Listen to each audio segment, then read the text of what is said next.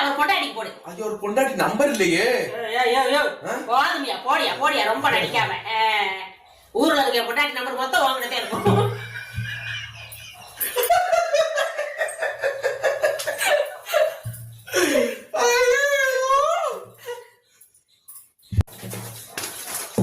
என்ன சொல்றீங்க? தெரியுதே, இப்பதான் சொல்லிருக்கிறேன். 3, 2, 1. என்ன சொல்றீங்க?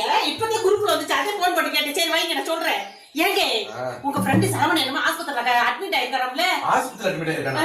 என்ன திடீர்னு ஆஸ்பத்திரியில அட்மிட் ஆயிருக்கா? திடீர்னா எப்படி தெரியல, அவங்க வீட்டாளுங்க சொல்லாம குரூப்ல வந்துருச்சு, போய் சொல்லுங்க. குரூப்லயே போட்டாங்க, என்கிட்ட என்ன சொன்னாங்களா?